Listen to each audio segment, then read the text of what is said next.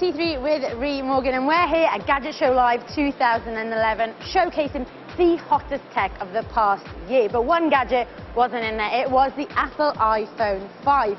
As ever, the Cupertino-based company keeping tight-lipped in terms of specs, price and release date, but that hasn't stopped the rumour mill from kicking into overdrive. Some are highly likely, others less likely. Here we round up those who have an element of truth and find out what you want to see in Apple's latest smartphone. First up is a rumour that could have some legs. The Wall Street Journal reported that its in-the-know source believes that the iPhone 5 will have a brand new form factor following the nightmare that was the iPhone 4 antenna gate. That could mean a nightmare for these guys who make accessories. Since then, Engadget has reported that multiple sources believe that the handset will have a complete redesign and is already being tested at Apple HQ. Also on the card for the iPhone 5 is ditching this glass back on the iPhone 4 and going back to the metal back seen on the original iPhone.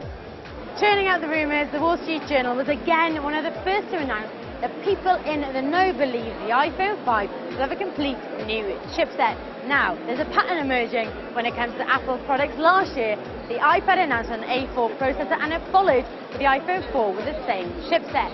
This year, the iPad 2 has been announced with a dual-core A5 chipset, and the likelihood is the iPhone 5 will have the same dual-core processing power, bringing it in line with the likes of Android handset like this, the Samsung S2 and the LG Optimus 3D. So when should we expect to see Apple's latest smartphone? Well, a summer launch would fall in line with a traditional cycle for Apple's jewel in its crown. But rumours are rife that due to component shortages, it could be pushed back to September. But in all honesty, we'd be surprised if Apple tripped over that something as fundamental.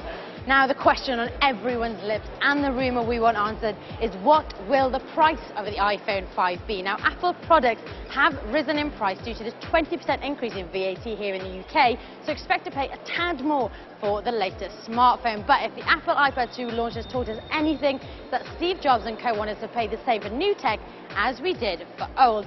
Wisdom would predict that we expect to pay between £510 to £612. That is dependent on whether they keep the 16-gig model. But that's enough of the rumours. We want to know what you want in your iPhone 5. Let's hit the floor and find out what you want. I really like the camera, so I'd like an 8-megapixel camera minimum, preferably. I'd like bigger space. I think they've stuck with the 16-gig for too long and 32-gig, so maybe it should be 32 and a 64-gig now. And the HD video, I think it should be 1080p for the next version instead of 720. I'd like to be able to FaceTime with people that don't have an iPhone, because then it's a lot more practical for people and you don't have to have an iPhone then. But I think that's kind of why they sell it. I think the iPhone 4 has probably got everything that I'd like to see in an iPhone. I just need it to be a little bit cheaper. NFC will be great because it means you can just have all your devices on your mobile phone, so your credit cards, no more cash. Streaming TV. You can hook up the Watch series if you've missed it or something. Not just BBC iPlayer. And Flash. Definitely Flash. Whether you guys get what you want or any of the rumours are true, one thing is for certain, that we're all very excited about what Apple's going to do with its next smartphone. For all the latest news, reviews and features, including all the latest on the iPhone 5, keep it locked to t3.com.